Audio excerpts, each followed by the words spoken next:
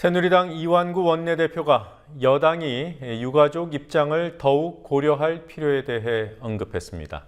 새정치민주연합과의 특별법 협상 가능성을 열어둔 발언입니다. 내일 서울시청 앞 서울광장 집회 규모가 협상의 변수가 될 것으로 보입니다. 대통령 7시간 행적에 대한 청와대 답변서를 어제 새누리당이 공개한 뒤 논란이 오히려 더 커지는 상황입니다. 정치권 취재하고 있는 PD 연결해서 알아보죠. 곽보아 PD.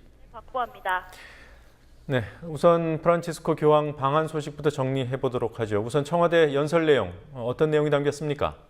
네, 프란치스코 교황은 한국의 민주주의가 계속 강화되기를 희망하며 그러기 위해선 열린 마음으로 소통과 대화와 협력을 증진시키는 게 대단히 중요하다고 강조했습니다.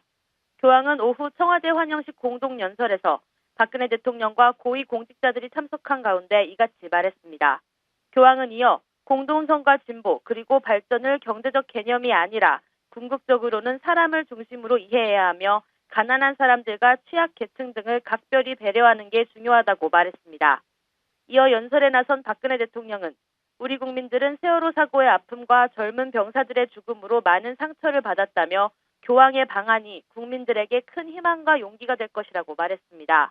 박 대통령은 이제는 아픔의 역사를 딛고 진정한 남북화해와 한반도 통일 시대를 열어갈 때라면서 정부는 전쟁과 핵 위협에서 벗어나 평화와 화해의 길을 가기 위해 최선을 다하고 있다고 강조했습니다. 네, 교황이 오니까 정치권에서도 교황 만나려는 인사들이 줄을 섰다고 하더군요. 누가 어떤 행사에서 만납니까?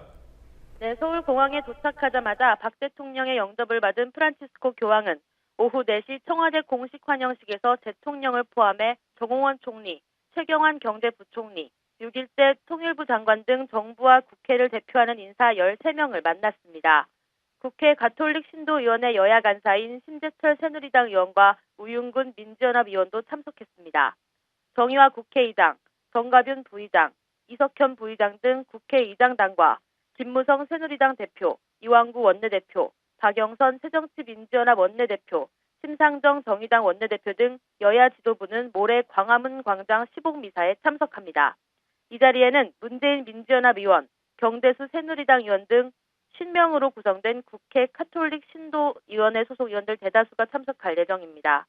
이외에 내일 대전에서 열리는 성모순천 대축일 미사, 오는 18일에 열리는 명동성당 미사 등 교황이 집전하는 미사에도 국회 가톨릭위원회 소속 의원들이 참석할 예정입니다. 청와대가 새누리당 조원진 의원에게 제출했다는 세월호 참사 당일 대통령의 7시간 행적. 오늘도 논란이 있었습니다. 야당은 어떤 점들을 지적했죠? 네, 천호선 정의당 대표는 박근혜 대통령은 참사 당일의 직무유기에 대해 유가족들과 국민들에게 머리 숙여 사과해야 한다고 요구했습니다. 천 대표는 오전 당 상무위원회에서 이같이 말하고 대통령이 매우 안이하게 대처했고 거의 아무것도 한 게 없다는 사실이 드러났다며 대통령의 무능과 무책임을 확인해 주는 것이고 직무유기와 다름없다고 비판했습니다.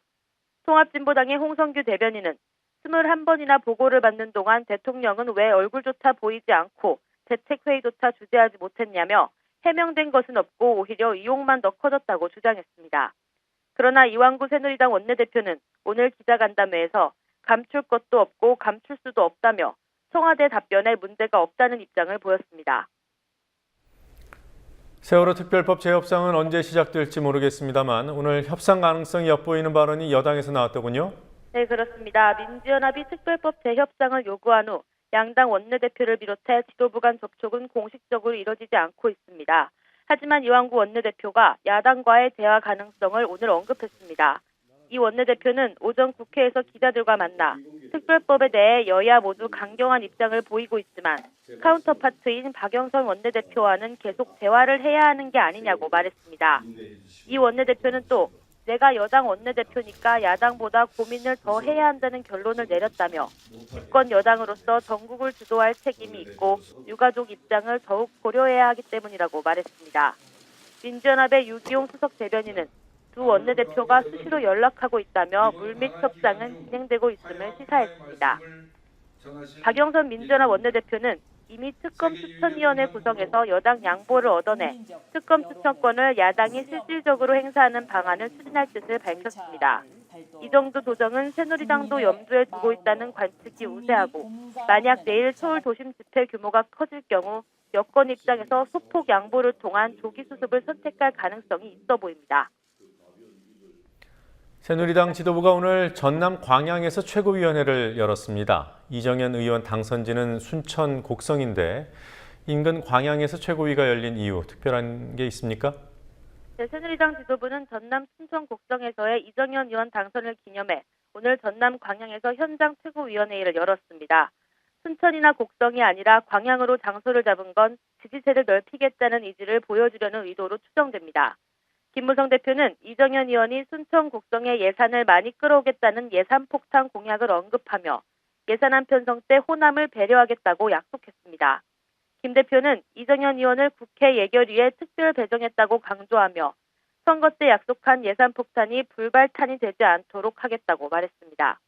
이인재 최고위원은 호남인들의 위대한 정신이 지연주의라는 강철 장벽을 무너뜨렸다면서 새누리당과 이정현 후보의 승리 이전에 호남인들의 위대한 승리라고 강조했습니다.